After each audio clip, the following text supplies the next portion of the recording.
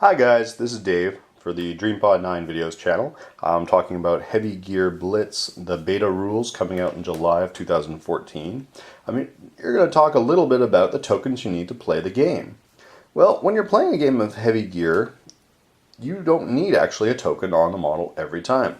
We only use tokens to indicate a special status, which if a model has chosen a particular way of acting in the game, we just place a token on it so we don't forget. So we don't forget our bonuses or any penalties that are required. All models have the ability to choose between three special modes when they're activating. So when they start their activation, before you move or do any actions with each model, you have to choose what's called a posture. There are three kinds of postures. You can have braced for firing, combat speed, or top speed. When you choose combat speed, you don't have to mark your model. Your model is always considered to be at combat speed unless it is under a special state. And whenever a model finishes its activation, unless the rule that it's using lets it remain at a specific posture, it always returns to combat speed. Combat speed is the default posture, and with combat speed, you always get 2d6 to each of your tests as your base dice to begin the test before any dice modifiers. Now, you can use any kind of tokens you want. You can use paper, you can get some nice plastic tokens from the various manufacturers online. And I'm going to demonstrate to you how you can also use the old blitz dice. And this old dice used to follow around every model in the game. And sometimes you'd forget it, and sometimes it would give you a reminder. But we can use it in the new Heavy Gear as simply a marker. So whenever I have an arrow on the model, it can represent the fact that the unit has been given an order. And an order is a special command action that only commanders can give. And what it essentially says to the unit is put your foot down on the pedal and go fast.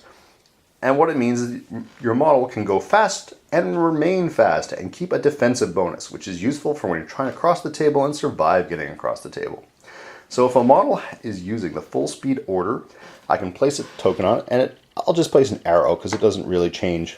It's still going fast. So just more arrows is better with the T. So I'll place that next to the model, and that'll represent that until the next activation, this unit or this model is going to count as going at top speed, and it's going to get not just 2 dice, but it'll get the modifier of +1 dice for all of its defensive tests.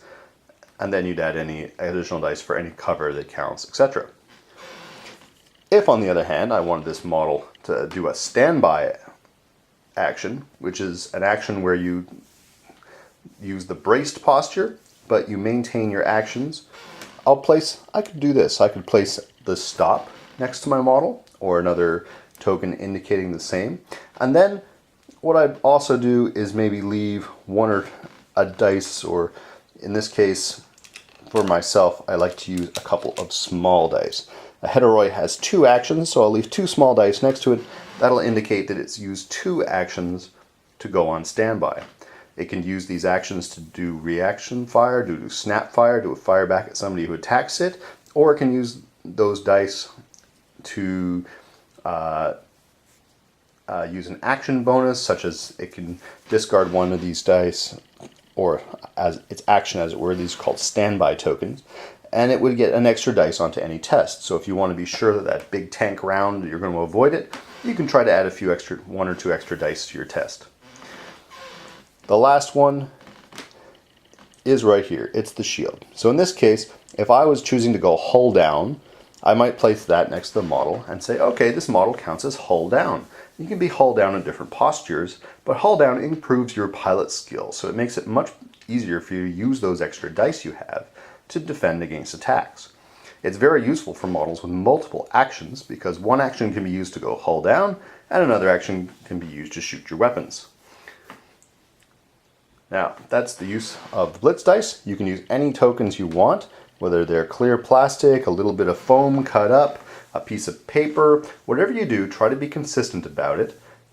There's going to be a list, which is provided in the rules, which says all the different types of tokens that are used in Heavy Gear. In my case, I also like to keep one particular type of token around, which is the destroy token. In this case, another nice little Litco plastic. I like to place this next to the model, and this will indicate if it is destroyed. That way people will see it and know the model still counts as cover, but it's toast and it's not participating in the fight anymore. I'm not going to accidentally move this model or fire with it, and no one's going to mistake it for an actual target that needs to be destroyed. Okay, if you have any questions about this or anything else you've heard on the videos, please leave them in the comments and I'll try to respond. Thank you very much.